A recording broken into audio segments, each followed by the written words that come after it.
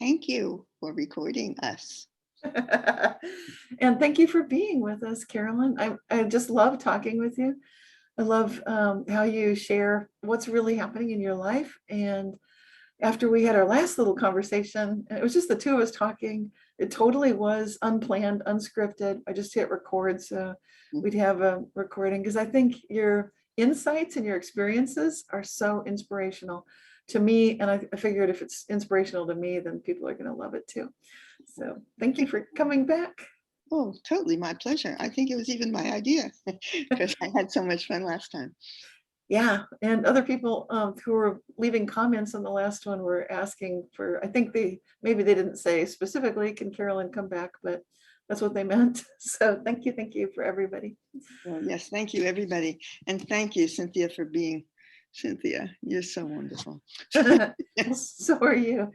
And I'd like to start today. I think you were, when you wrote to me, you said someone, I think it's the lady that helps you with your podcast, had suggested the topic of synchronicity, right? And maybe. I don't have a memory anymore, so I don't know if it was her. But in any case, it's up for me. It's kind of, I live by it. Right. And I'm trying to understand what the nature of it is, and if it is in fact natural to all of us. But since we're not, it's not pointed out to us, we let a lot of synchronicities just go by and don't particularly notice, saying that was sort of a coincidence, and then we forget about it. But I think it's more significant than that. And I personally think it's a kind of expansion of consciousness, one of the things that is happening as our consciousnesses open up. Yes. So, and I just love to explore it. And normally I only explore it all by myself.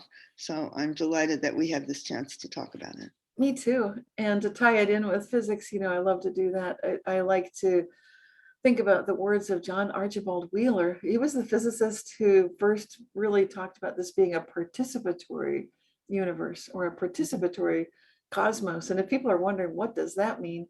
Well, to me, synchronicity starts with a conversation that each one of us is having, maybe by herself. It's just where we're thinking a question, maybe not saying it out loud, but just thinking about something. And that becomes an invitation. This is why I love asking questions like, how good can it get? Because I like to train our experience to go in a positive forward, onward and upward direction. Mm-hmm. Right.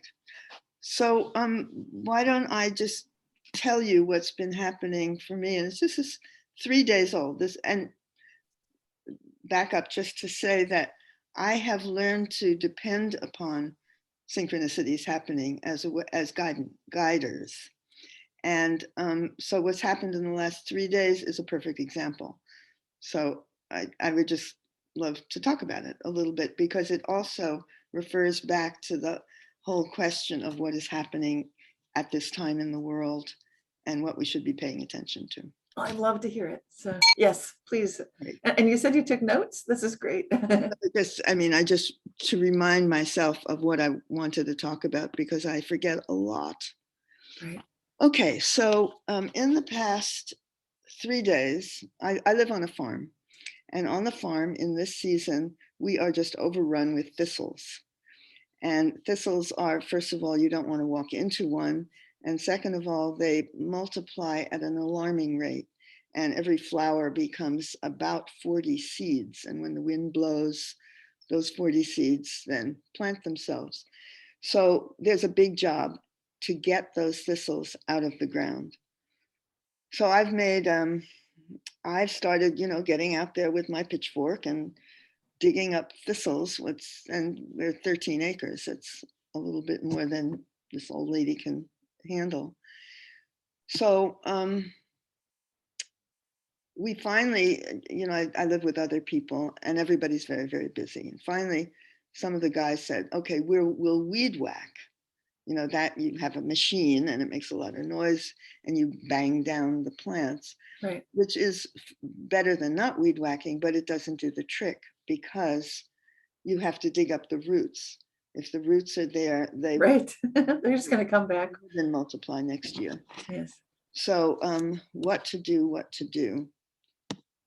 Meanwhile, back at the ranch, the work that I'm always working on, which is I'm a writer and sort of a philosopher. And what I'm interested in is the nature of reality, just like you are. Yes. And what I've been sort of thinking about for years, really, is the whole phenomenon of the basic setup of our society. The basic assumptions that we don't question, like private property, like the banking system, like debt, right. and like the education system, like medicine being just Western medicine, etc. Everything that you look at is limited by our mindset. And so as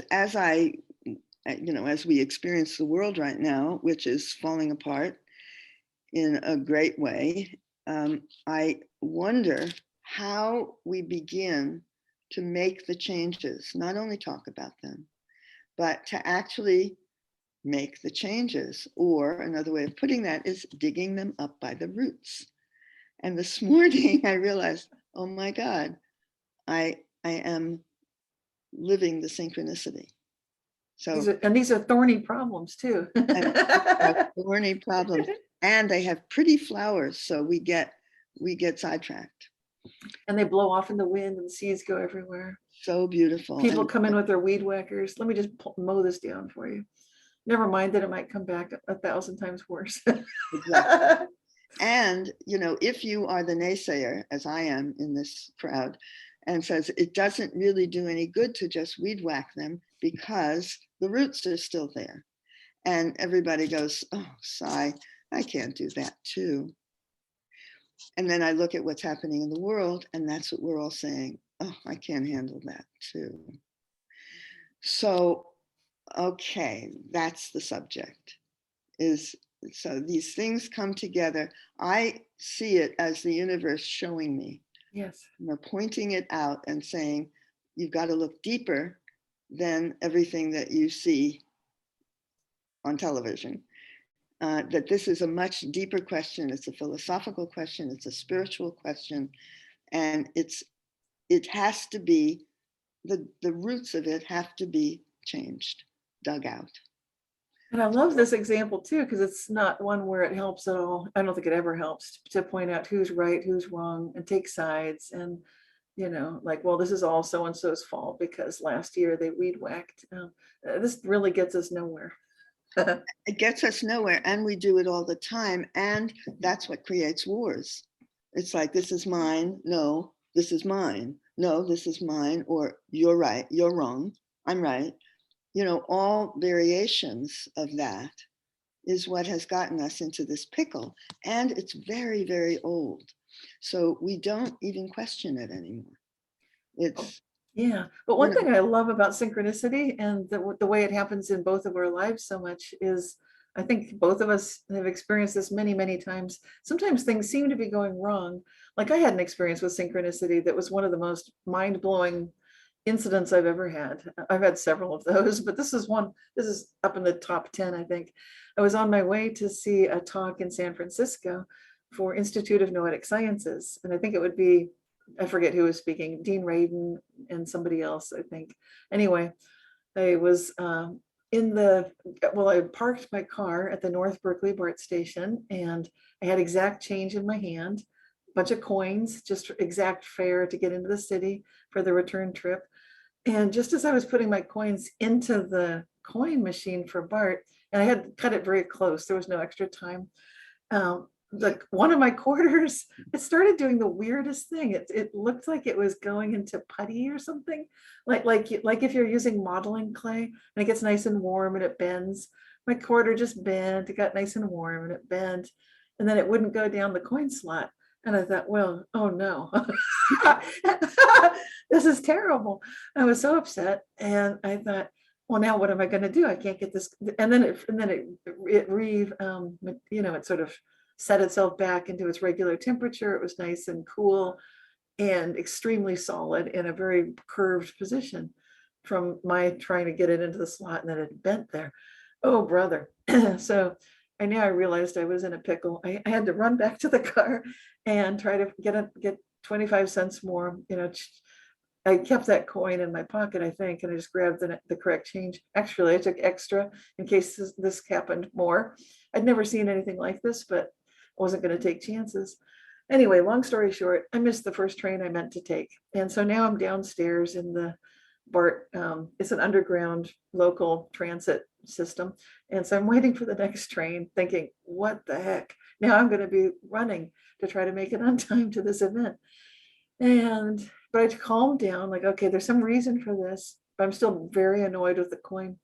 And the doors open and I walk in and I see someone's reading a book written by Edgar Mitchell, the astronaut that had started Institute of Noetic Sciences. And he's just buried in his book. And I think, oh, wow, maybe he's going to the same event, And so I didn't mean to be annoying, but I did ask, like, oh, or maybe I forget what I said, but I think yeah, but I brought up the subject about ions, and he said, yes, he's going to that event.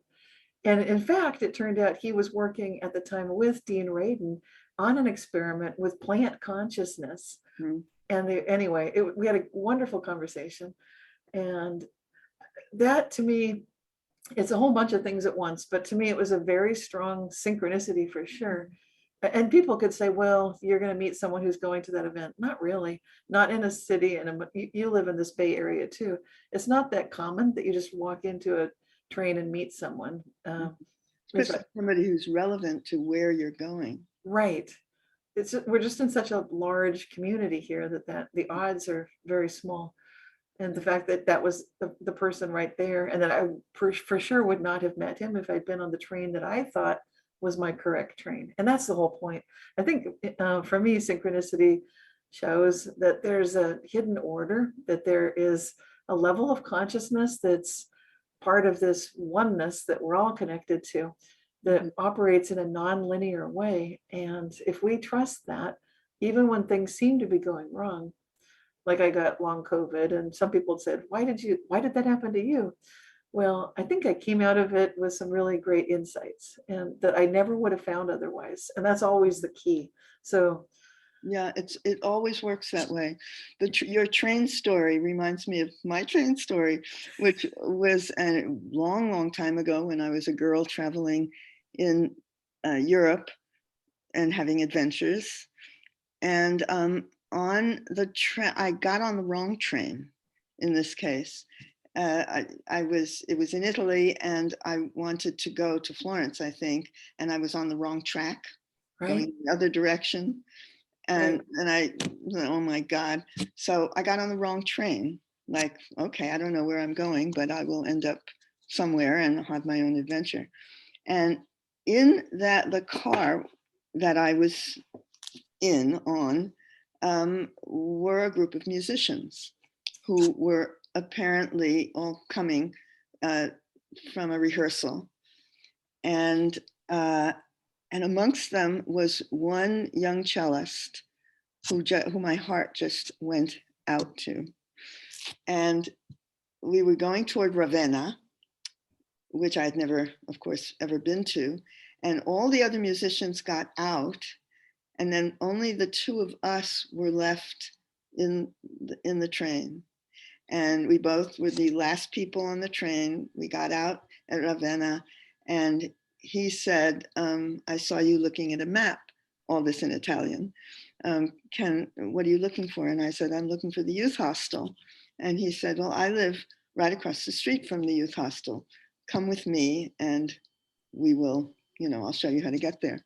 Anyhow, long story short, we fell in love, and I almost married him. And at the last minute, after we had played together, we did a concert that I came back at Christmas time, and we did a midnight mass together, the two of us playing. I played the flute, and it was the most romantic evening imaginable. And his sisters proposed to me and said, we want you to be Franco's wife. And I was quite ready to be Franco's wife. Well, that would be quite a big, that's amazing that that all started with taking the wrong train. Long train. Yeah. Yeah. Yeah. And so there's nothing wrong about it at all. And that to me is the takeaway. That's such a beautiful experience. It's even if you didn't end up marrying Franco, the, obviously he's written in your heart as a friend, as a, that was a meaningful connection very deeply. Yeah, that whole family. And in fact, I recently was put in touch with his son, who he named after my first child. So we stayed connected for quite a number of years. And he met my daughter when she was performing in Europe. And, you know, so I'm very much part of the family. And so I recently had note from one of his sons that he died last year. So it's sort of, that's a full round story. Yeah. Sorry. It's, I can really feel it. And I love the way you write about this, because you do write things. And I don't know if there a place people can find where to read what you've written. Obviously, you've written books too. We'll have a link in the video. So Just use my website. And I also have a podcast. Perfect. Which I think you can find it. Yes. Well, back to your situation with the thistles. I think all of us are looking at a thorny problem right now in one way or another with the world. And it seems like it's such a good example of, there may be expedient solutions that we think, oh, good, this rushed in, it's new technology, and let's just do this thing because it's going to work. And then maybe there are some repercussions, like with weed whacking, and the seeds go everywhere and the roots are not gone. And then what? You could be worse off than when you started. But there is indigenous wisdom, and that's what, when you're telling me about this, I just keep thinking, what happened to our elders? What happened to the wise ones? It seems like in our modern America, we're not usually in touch with the people who would best know the land. Right. Or have the attitude. And you and I think, fill that bill. I'm older than you are, but we fill that bill of having a mindset that is actually very safe, even though it's radical. So in this case, it's the question of digging up the roots is relevant to the scholarly work that I do, because that's what I'm trying to do. I realized just this morning is I'm looking for those roots of our consciousness, because we've gotten way, way far away from anything that is grounded and solid.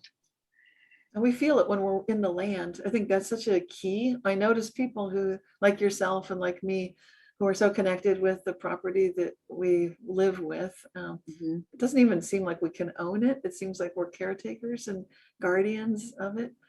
I feel so connected to my trees, the little animals that live here. I don't have 13 acres, nothing like that. But even with my tiny little lot, it's a lot of work, but I love it, and it gives back so much. And I feel like there's definitely a connection there that happens.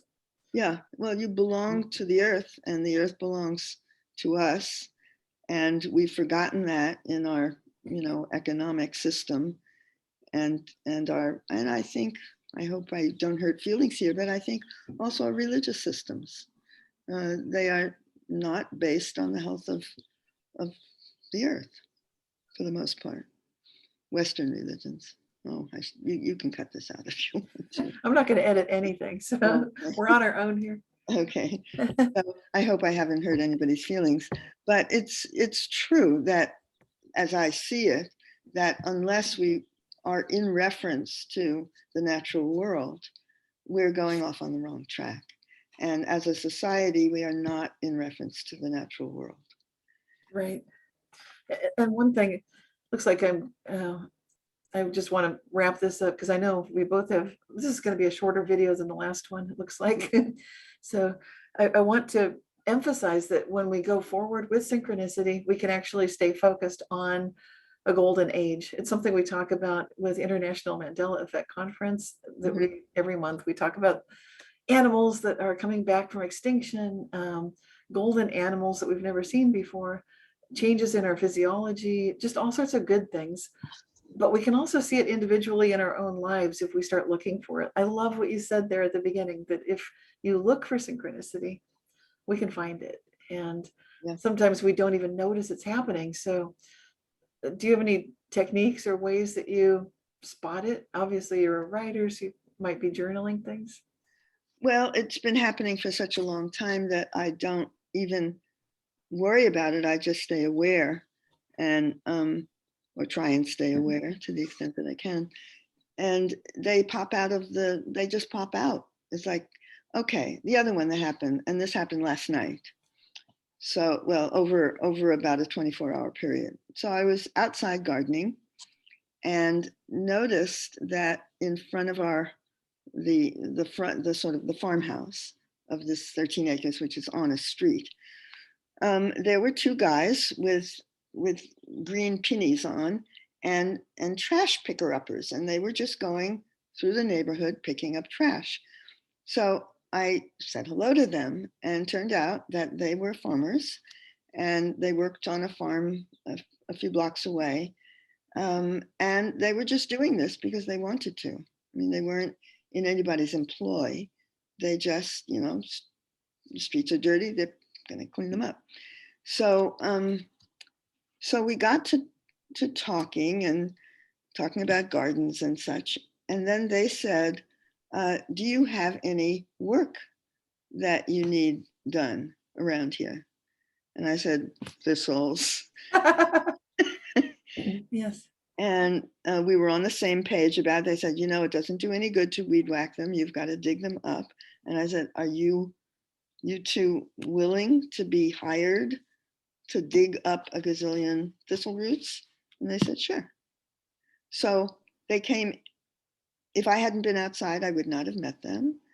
If I hadn't been out there gardening right in front of the house, I would not have met them. But I met them because I was there and needed them. It needed exactly what they had to offer.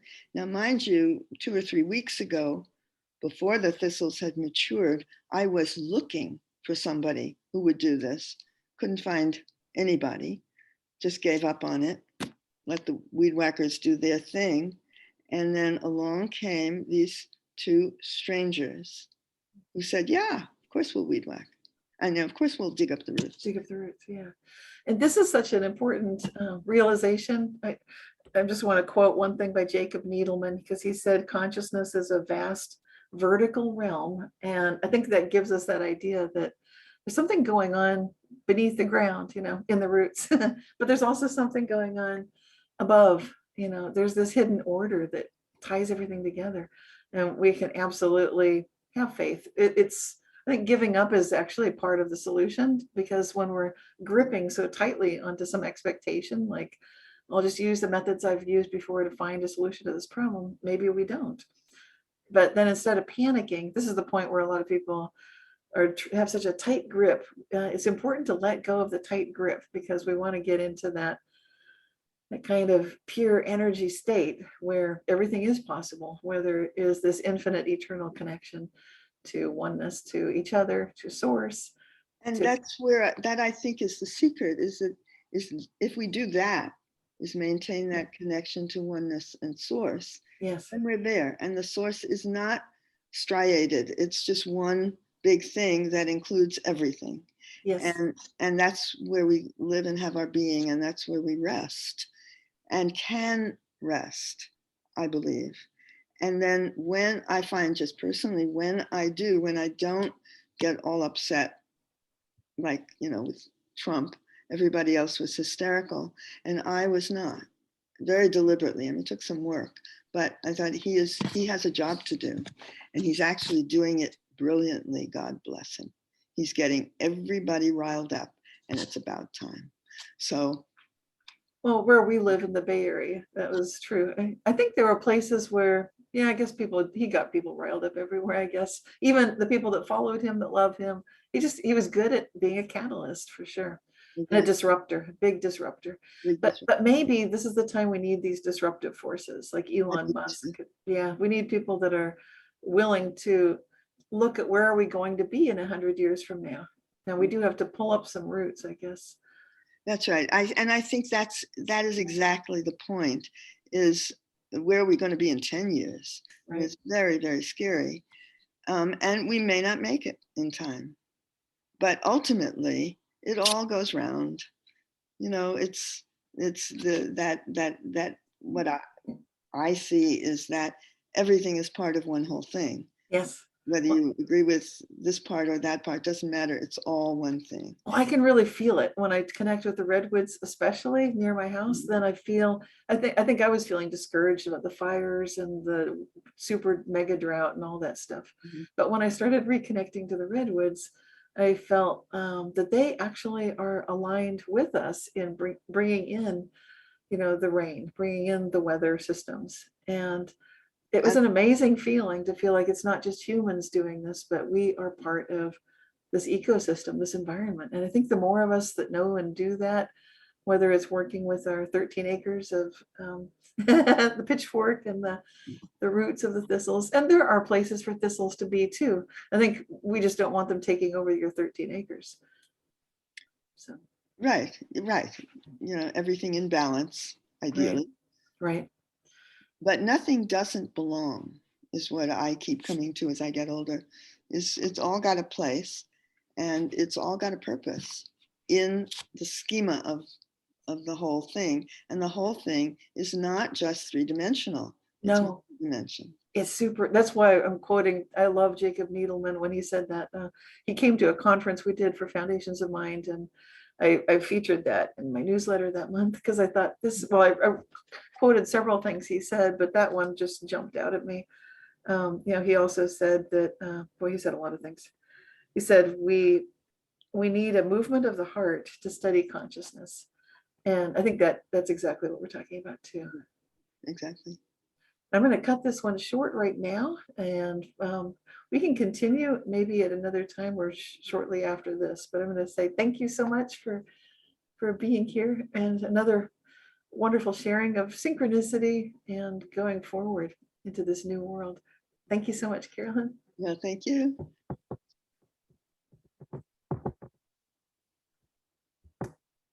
Oh, wait a minute. It's got to press this button.